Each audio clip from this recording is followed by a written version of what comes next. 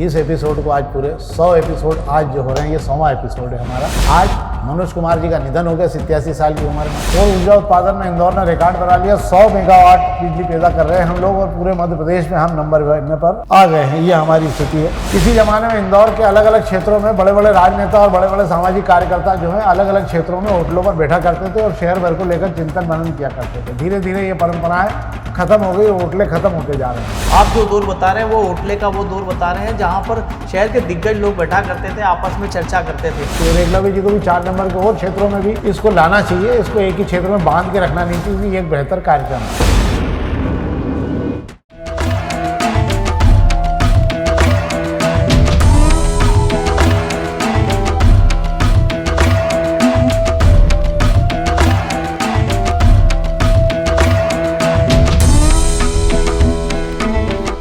नमस्कार।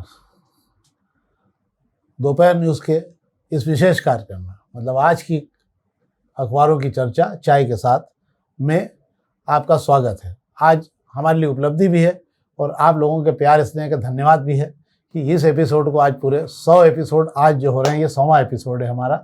जो हमने ये पहला कार्यक्रम होगा शायद किसी चैनल पे जो निरंतर आपको समाचारों संबंधित जानकारी दे रहा है।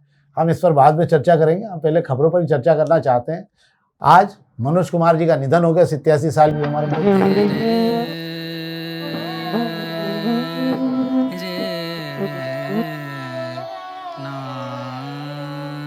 उनका लंबा समय फिल्मों में रहा और वे 70 के दशक में जब हम युवा हुआ करते थे तब शायद मनोज कुमार, दिलीप कुमार और राजेंद्र कुमार के युग में हम चले जाते थे। उस दौरान में भावनात्मक फिल्मों का एक अलग युग हुआ करता था और मनोज कुमार जी जो है भावनात्मक फिल्मों के साथ ही अपनी पहचान बना पाए, चाहे उपकार हो चाहे पूरब पश्चिम हो।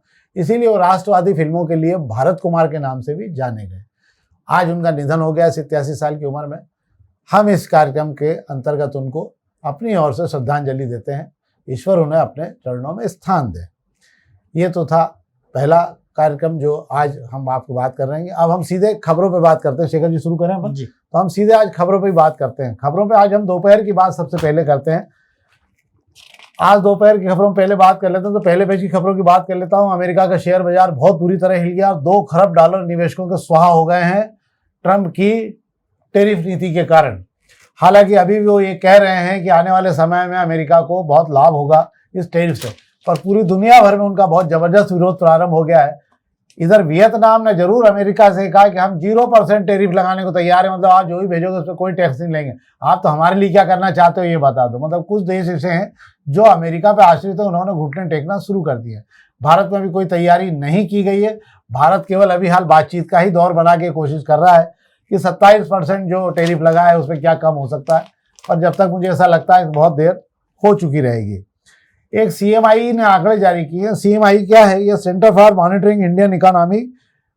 ये एक प्राइवेट संस्था है जो बेरोजगारों को लेकर आकलन जारी करती है, क्योंकि सरकार ने तो बेरोजगारी के ताले दरवाजे बंद कर दिए हैं। सरकार के पास में कहीं कोई भी जगह ऐसी नहीं जहां से आप बेरोजगारी के आंकड़े ले सकते हो। पिछले 5-7 सालों से काम पूरी तरह बंद हो गया। तो CMI ने जो आंकड़े तैयार किए हैं उसने बताया कि मार्च में 42 लाख लोगों के रोजगार पर और नया संकट पैदा हो गया है। बेरोजगारी लगातार बढ़ रही है। उन्होंने जो आंकड़े जारी किए उन्होंने बताया कि बड़ी तादाद में ऐसे लोग हैं जिन्होंने नौकरियां तलाश करना बंद कर दिए, और सबसे ज़्यादा असर हो रहा है ऑफिसरों, जो ऑफिस होते हैं कर्मचारियों की, जहां सबसे ज़्यादा नियुक्ति होती है वहाँ बिल्कुल बंद हो चुकी है। तो ये तो थी हमारी पहले पेज की खबरें जिस पर हमने आपसे बात की। इसके अलावा मैं आपसे 1-2 खबरों पर आपको बता देता हूँ क्योंकि आज खबरें ज़्यादा है। इंदौर में सौर ऊर्जा का जबरदस्त प्रदर्शन हो रहा है। सौर ऊर्जा उत्पादन में इंदौर ने रिकॉर्ड बना लिया, 100 मेगावाट बिजली पैदा कर रहे हैं हम लोग, और पूरे मध्य प्रदेश में हम नंबर 1 पर आ गए हैं। ये हमारी स्थिति है। एक पर हम और बात करेंगे शेखर जी, अच्छी खबर है वाली कि लोधीपुरा में फिर लौटेगी होटला संस्कृति। किसी जमाने में इंदौर के अलग अलग क्षेत्रों में बड़े बड़े राजनेता और बड़े बड़े सामाजिक कार्यकर्ता जो हैं अलग अलग क्षेत्रों में होटलों पर बैठा करते थे और शहर भर को लेकर चिंतन मनन किया करते थे। धीरे धीरे ये परंपराएं खत्म हो गई, होटलें खत्म होते जा रहे हैं। अगर मैं बात करता हूँ तो मैं यूँ बात करूँ तो मलारगंज की बात करते हैं हम, तो वहाँ बाबूलाल जी गिरी की दुकान के बाहर एक होटला हुआ करता जहाँ सत्यनारायण सत्तन, कृपा शंकर शुक्ला, महेश जोशी से लेकर वे तमाम नेता जो हैं वहाँ उस होटले पर आया करते थे। इसके अलावा एक होटला हुआ करता था जवाहर मार्ग पर, जहाँ पर पंडित उपाध्याय जी की दुकान थी, गुरु के नाम से जानी जाती थी। वहाँ पर भी गोपी नीमा से लेकर तमाम परमानंद सिसोदिया और ओपी शर्मा, उस जमाने के तमाम नेता, मिंडा जी वगैरह तमाम नेता वहाँ बैठा करते थे और अलग अलग राजनीतिक विषयों पर चर्चा होती थी, जब कांग्रेस और भाजपा एक ही जायजा पर बैठा करती थी। मालवा मिल पर एक हुआ करता था राय साइकिल सर्विस के बाहर जो जहाँ दुकान लगती थी, तो वहाँ पर सुरेश सेठ सहित कई दिग्गज बैठा करते थे। एक परदेसीपुरे में होटला हुआ करता था। ऐसे तमाम होटले हुआ करते जो धीरे धीरे ख़त्म हो गए और नए होटले नहीं बन पा रहे हैं। पर अभी क्षेत्र क्रमांक 4 के जो युवा नेता हैं और माननीय गौड़ जी के चिरंजीव, उन्होंने एक प्रयास शुरू किया है। क्या है शेखर जी? बिल्कुल आप सही कह रहे हैं। एकलव सिंह गौड़ ने एक अच्छी पहल करने की कोशिश की और मुझे लगता है ये पहल सिर्फ एकलव सिंह गौड़ तक ही बनी नहीं रहनी चाहिए, इस शहर के हर गली मोहल्ले में वो पहल होना चाहिए। वाकई आप जो दौर बता रहे हैं वो होटले का वो दौर बता रहे हैं जहाँ पर शहर के दिग्गज लोग बैठा करते थे, आपस में चर्चा करते थे। प्रोफेसर, इसी जो होटला की प्रथा जो हमारी गली मोहल्लों में भी हुआ करती थी कि हर घर के बाहर एक होटला हुआ करता था, जहाँ जब टीवी और मोबाइल का ऐसा जमाना नहीं था। आज टीवी और मोबाइल ने इतनी दूरदर्शा कर दी है कि हमें अपनों से ही दूर कर दिया है। हम घर में बैठते हैं तो आपस में 4 लोग बैठे हुए तो आपस में बात करने की बजाय या तो टीवी देखते हैं या फिर मोबाइल में लगे रहते हैं। घर की बात क्या करूं, मैं बाहर भी बात करूं, ऑफिस में जिस सेक्टर में हम 4 लोग खड़े हैं, ऐसे में अपनों से ही हम दूरियां बढ़ रही, तो हम अड़ोसी पड़ोसी को क्या जानेंगे। अब हालात ऐसे हैं कि वो समय कहाँ गया जिस समय रोजाना शाम होती थी, अपने कामकाज से लौटते थे, महिलाएं घर के काम निर्वाह करके बाहर होटले पे बैठ के बतियाती थी, बच्चे सामने खेला करते थे, देसी खेल जो होते थे। तो तब देसी खेल का ही ज़माना था। अब ये मोबाइल्स में जो है ऑनलाइन गेम्स वगैरह तो नहीं होता हैगा, जिससे बच्चे गलत ट्रैक पर जाते हैं। तो ये अच्छी प्रथा है। एकलव्य सिंह गौड़ ने कल लोधीपुरा गली नंबर 1 में इसको लेकर रहवासियों के साथ बैठक करी थी। एक अच्छा फार्मूला, नया आइडिया लेकर आए हैं, नया नवाचार है। नवाचार में इसलिए कहूँगा, भले ही हमारे पुराना वो रहा है होटला प्रथा, पर एक नवाचार रहेगा कि इसको फिर से शुरू किया जाए। और मुझे लगता है सारे लोगों को मिलकर इसमें इस तरह का आपने गली मोहल्ले में शुरुआत करनी चाहिए। इसमें एक अच्छी बात ये भी होती है कि यहाँ राजनीतिक विचारधारा से ऊपर उठ के बातचीत होती है। इसमें सबसे पहले एक दूसरे के दुख दर्द भी जाने जाते हैं और एक दूसरे के साथ खड़े होने की परंपरा भी जो अब धीरे धीरे खत्म हो रही है। मुझे लगता है एकलव्य जी के प्रयास को, अगर ये वहाँ 4 नंबर में शुरू हुआ है तो इसे और विधानसभाओं में भी शुरू करने का प्रयास करना चाहिए और एकलव्य जी को भी 4 नंबर के और क्षेत्रों में भी इसको लाना चाहिए। इसको एक ही क्षेत्र में बांध के रखना नहीं चाहिए, क्योंकि ये एक बेहतर कार्यक्रम है। अब हम बात कर लेते हैं अग्निबाण की खबरों की। तो अग्निबाण की खबरों में जो हम बात कर लेते हैं, तो एक तो अच्छी खबर ये है कि निरोगी काया को लेकर एक शहर में अभियान चला था। इसको लेकर कमिश्नर दीपक सिंह जी ने भी कल परसों एक जानकारी दी थी कि उन्होंने बड़ा अभियान चलाया था और ग्रामीण क्षेत्र में इसका बड़ा लाभ हुआ था। जो जांचें हुई हैं वो चौंकाने वाली हैं। 6 लाख लोगों की जांच की गई थी और ये माना गया कि हर चौथा आदमी जो है, मतलब 6 लाख में 1.25 लाख लोग ऐसे निकले जो ब्लड प्रेशर और शुगर के मरीज पाए गए। इसका मतलब ये हुआ कि ये तमाम 1.25 लाख लोग वो हैं जो आने वाले समय में बड़ी बीमारियों से ग्रसित हो सकते हैं। ये बहुत बड़ा मामला है। इस मामले में हर आदमी को खान पान की आदत के साथ ध्यान रखना होगा। और मुझे ऐसा लगता है कि एक समय, अभी आपको शायद मैं एक बात बताएं कि अभी 2 दिन पहले जो है मुख्यमंत्री के ओएसडी रहे और सीनियर IAS अधिकारी रहे अरुण भट्ट साहब के बेटे जो हैं वो इंदौर में ही रहा करते थे और इंदौर में उनको चेस्ट में दर्द होना चालू हुआ। 35-36 साल की उम्र में वो उनको ले जाया जा रहा था कार से और रोबोट चौराहे में इतना जाम लगा हुआ था कि 20 मिनट तक गाड़ी नहीं निकल पाई और उनको वहीं पर जो है उनको हार्ट अटैक के कारण उनका निधन हो गया। ये बड़ी दुखद स्थिति बनी है। मुझे ऐसा लगता है कि तमाम वे लोग जो इस उम्र में पहुंच रहे हैं, उन्हें एक बार निश्चित रूप से हार्ट का चेकअप करा लेना चाहिए। बहुत बार आप अपने नियमित जीवन में नहीं करा पाते हैं, एक बार चेक करा लेने से आप अपने आगे भविष्य को लेकर निश्चित रह सकते हैं। इसके लिए बहुत सारे इलाज भी हैं, कोई ऐसा परेशानी का विषय भी नहीं है। पर अगर आप सतर्क हो जाएंगे, खासकर वे लोग जो सिगरेट पिया करते हैं या दूसरे न करते हैं, उन लोगों के लिए भी ज़रूरी है कि वे भी अपने आप का एक बार चेकअप करा ले। क्या शेखर जी? बिल्कुल आप सही कह रहे हैं। बदलती हुई लाइफस्टाइल, दौड़ भाग भरी जिंदगी और अनियमित खान पान का ही ये नतीजा है कि जो बीमारियां हमें 50 के बाद में पहले कहीं नज़र आने लगती थी, वो बीमारियां 30 के बाद दिखने लगी, अब तो 25 के बाद भी दिखने लगी हैगी। तो एक समय के साथ रूटीन जांच कराते रहें। और बात कर रहे हैं बीपी और शुगर की, जो आप बात कर रहे हैं, और बीपी और शुगर को आप ही कंट्रोल रख पाएंगे, दवाई के भरोसे आपको नहीं रहना है। समय रहते जांच कराइए, शरीर को थोड़ा सा कसरत वाला बनाइए, थोड़ी सी मेहनत करिए। आराम पसंद कुर्सी पर बैठने वाली नौकरी है, मजबूरी है, करना जरूरी है, लेकिन उसमें भी समय निकालिए अपने शरीर के लिए और रोजाना थोड़ा पैदल चलिए या दौड़ लगाइए, स्विमिंग करिए। किसी भी तरीके से अपने शरीर को थोड़ा सा कष्ट दीजिए ताकि आप किसी भी इन बीमारियों के गिरफ्त में न आए। ये तो शुरुआत है, वरना ये बीमारियां कितनी गंभीर बीमारियों की ओर हमें ले जाएगी, इसका अंदाजा भी हम नहीं लगा सकते हैं। सही बात है, आपको ये अपने स्वास्थ्य पर ध्यान देना पड़ेगा। एक और खबर अग्निबाण में हम बात कर लेते हैं। कलेक्टर ने एक अच्छा प्रयास किया है। तमाम उद्योग होते हैं उनके पास CSR फंड होता है, मतलब उनका जो प्रॉफिट होता है टोटल उनकी बैलेंस शीट में, उसमें 1 या 2% का कुछ ऐसा रहता है, 1% का लगभग का रहता है, जो पैसा उन्हें शहर को लेकर लगाना पड़ता है जहाँ पे उनके उद्योग चलते हैं। पहली बार मुझे ऐसा लग रहा है कि शायद CSR फंड को लेकर कलेक्टर ने एक अच्छा प्रयास किया वाकई, और इस प्रयास से 50 करोड़ रुपए के लगभग जो है अलग अलग विभागों से जानकारी उन्होंने मांगी है।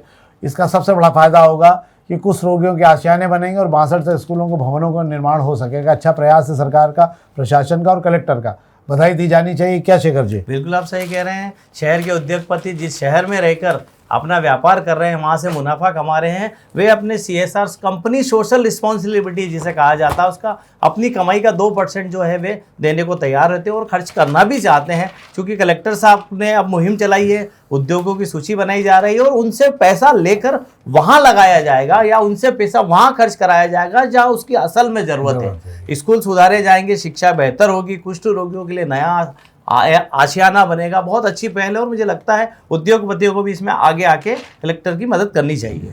एक और खबर है, हम पत्रिका खबरों की बात कर लेते हैं संक्षेप में। एक तो मास्टर प्लान की 8 सड़कों में से 5 पे काम शुरू हो गया है और बाधक निर्माण न हटने से 3 सड़कें अटकी पड़ी। छावनी और सुभाष मार्ग की चौड़ाई को लेकर अभी भी झगड़ा चल रहा है। क्या है शेखर जी पूरी पिक्चर? सुभाष मार्ग और बात कर रहे हैं, बस सुभाष मार्ग और छावनी की सड़क को लेकर सेंट्रल लाइन डल गई है, मार्किंग हो गई है, बस झगड़ा फिर वही शुरू हो गया है वापस कि इस सड़क की चौड़ाई कम की जाए। सुभाष मार्ग को 80 फीट करने पे अड़े हैं, तो जो छावनी वाली रोड को 60 फीट करना चाहते हैं। 20-20 फीट सड़कों को छोटी करना इतना आसान नहीं होगा और ये कोशिशें भले ही की जाए, पर मुझे लगता है आज निकल इसका रास्ता निकल जाएगा और सारी मास्टर प्लान की सड़कों का काम तेज़ी से चलेंगे, क्योंकि नगर निगम पहले से केविएट दायर कर चुका है, कोई रोड़ा नहीं बन पाएगा सड़क की राह में।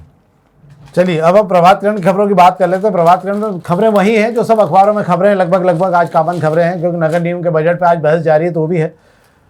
हम बात कर रहे हैं, देखिए आप लोगों को सवेरे जो पानी आता है नगर निगम, जो तमाम पाइपलाइन से आपके दरवाजे पानी आता है, बहुत बार हम उसकी कीमत नहीं समझते हैं, पर कभी कभी उन कार्यक्रमों को जब आप तक पानी पहुंचाने के लिए कितने प्रयास करने पड़ते हैं अथक, ये एक छोटी सी वानगी है उसकी कि आज जो सवेरे पानी पहुंचा उसको लेकर रात भर नगर निगम के अधिकारी बबलू शर्मा के नेतृत्व में लगे रहे, तब जाके आपको सवेरे पानी मिला, नहीं तो आज सवेरे पानी का हाहाकार मच जाता। कई बार आपको भनक नहीं लगती, पर पूरी रात फूटी हुई पाइपलाइन सुधारने में दिन रात बीत जाती है। क्या शेखर जी? ये मसला आपको समझना होगा, एक बहुत अलग मसला आएगा। मोर टक्का पुल, जो मोर टक्का पुल पर नया नेशनल हाईवे अथॉरिटी एक नया पुल बनाने जा रही है। उस पुल का जो पिल्लर बनना था वो नदी के अंदर बनना था। इसके लिए नदी का पानी ओंकारेश्वर से रोका गया। ओंकारेश्वर से नदी का पानी रोका गया मतलब इंदौर को जो जलूद से पानी मिलता है उस पर रोक लगने के बराबर था। 90 MLD पानी की शॉर्टेज हो गई थी। 90 MLD पानी कम होने से शहर का एक बड़ा हिस्सा प्यासा रह जाता। इसको लेकर बबलू शर्मा जी और PHE के इंजीनियरों ने कल नया अलग दिमाग लगाया। जलूद में जहां से पंपिंग स्टेशन लगे हुए हैं वहां पे पानी पहुंचाने के लिए जो इनकी चैनल है उस चैनल की खुदाई करी गई, पानी में पोकलेन को उतारा गया, उस पोकलेन से खुदाई करके उस चैनल को थोड़ा बड़ा करके पानी खींच के लाए नदी में से, जैसे कहते हैं ना नदी में से पानी खींच के लाना, तभी ये पानी, यही पानी तभी पंप चल पाए और आज हमें पानी मिला है, वरना 3 दिन ये शहर बड़ा प्यासा रह जाता। तो ये तो थी अखबारी खबरें। अब आज हम हमारे लिए अपने लिए बात करना चाहते हैं। हम रोज़ राजनीति बात करते हैं, पर आज हम आपसे अपने लिए बात करना चाहते हैं। एक तो हम आपको बहुत दिल से आभार व्यक्त करते हैं, मैं और शेखर जी, हम दोनों ही इस कार्यक्रम के हमने पहले दिन इसकी रूपरेखा बनाई थी। जब ये कार्यक्रम हमने शुरू किया था तो हमारे पास 10 से 15 व्यूवर्स हुआ करते थे, 10 से 15 लोग हमें देखा करते थे। हमने धीरे धीरे 1000 लोगों तक हमने इसकी पहुँच बनाई। हम निश्चित रूप से कोशिश कर रहे हैं कि इस कार्यक्रम को हम बेहतर तरीके से बनाएं और आप लोगों के दिल की बात भी सुने। हम चाहते हैं कोई सुझाव हो तो आप निश्चित रूप से दें। इस हमारे पूरे चैनल पे जो हम अलग अलग कार्यक्रम बनाते रहते हैं, अलग अलग कार्यक्रम, कुछ खबरें भी बनाते हैं रोज़ हम। अब नए व्यापार का क्षेत्र में हम जा रहे हैं इसमें, ताकि आपको व्यापार की बड़ी खबरें हम आपको इस पर दे पाएंगे। कुल अभी तक 23 लाख व्यूवर्स हैं जिन्होंने इस चैनल को खोला है और चैनल को देखा है। ये आपके सहयोग से संभव हुआ है। और सबसे बड़ी बात यह है कि 28,000 से ज़्यादा लोग हैं जिन्होंने आपका ये चाय पर चर्चा वाला कार्यक्रम जो लोकप्रिय हुआ, उसमें 28,000 से ज़्यादा लोग हैं जिन्होंने इस कार्यक्रम को देखा। मात्र आज 100वां एपिसोड है, मतलब 100 एपिसोड तक पहुँचते हम 28,000 से ज़्यादा लोगों तक अपनी पहुँच बनाई है। ये तभी संभव हुआ है जब आप लोगों का प्यार इसने मिला है। हम एक बार फिर आपसे आग्रह करेंगे, कृपा करके आप इस पर लाइक करें और अधिक से अधिक लोगों तक पहुँचाएँ। 16,000 से ज़्यादा सब्सक्राइबर हो चुके हैं हमारे। आपके सहयोग से गूगल पे इस पर विज्ञापन शुरू किए गए हैं और हम चाहेंगे कि हम इस कार्यक्रम को निरंतर बेहतर तरीके से बनाएं, तो आप अपने सुझाव भी नीचे उसमें दे सकते हैं लिंक में, ताकि हम इसे और तेज़ी से सुधार कर पाए। क्या शेखर जी आपका बिल्कुल बोलना सही है। मैं भी यही कहूंगा कि जो आप लोगों ने प्यार बरसाया है 100 एपिसोड तक जाने में हमारे प्रति, उस प्यार को आगे और बढ़ाइए और अपने और जो साथी लोग हैं, अपने जो मिलने जुलने वाले लोग, उन तक इसको बढ़ाइए, क्योंकि ये आपका अपना प्रोग्राम है। और इसमें जहां आपको कमी लगती है, जो खामियां लगती है, या कोई ऐसा विषय है जो आप इलाके का हमें बताना चाहते हैं, वो भी हमें बताइए, ताकि हम इसमें आपकी बात को जो है जिम्मेदार लोगों तक पहुंचा पाएंगे। और इसी के साथ में हम आपको पूरी टीम से भी आज अवगत करा देते हैं, जो 100 एपिसोड में हमारे साथ थी। शेखर जी तो आपके साथ मिलते ही हैं, हमारे वीडियो एडिटर माधव जी हैं, वो भी हमारे बीच बीच में गाइडलाइन देते रहते हैं, बीच बीच में डांटते भी रहते हैं, कभी कभी गाड़ गड़बड़ हो जाती है। तो पिपलोदिया जी हैं, राजेश पिपलोदिया जी हैं, जो इस कार्यक्रम को वगैरह निरंतर जो है एडिट करते रहते हैं, बीच बीच में समझाते रहते हैं। इसके अलावा इस कार्यक्रम के पूरे सूत्रधार जो हैं वो सौरभ जैन जी हैं, वो भी अभी हम हमेशा आपके साथ मिलेंगे और अभी हम आपको दिखाते हैं। और हमारे कैमरामैन के रूप में बंसी ललवानी जी हैं, जो निरंतर इस कार्यक्रमों के पीछे खड़े होकर पूरी हमारी रूपरेखा देखा करते हैं। तो हमको जो स्नेह मिला आप लोगों से, उसके लिए हम बहुत बहुत धन्यवाद भी देते हैं। अब आइए हम आपको हमारी टीम से मिलवा देते हैं। आप सभी दर्शकों को दोपहर न्यूज़ की ओर से बहुत बहुत धन्यवाद।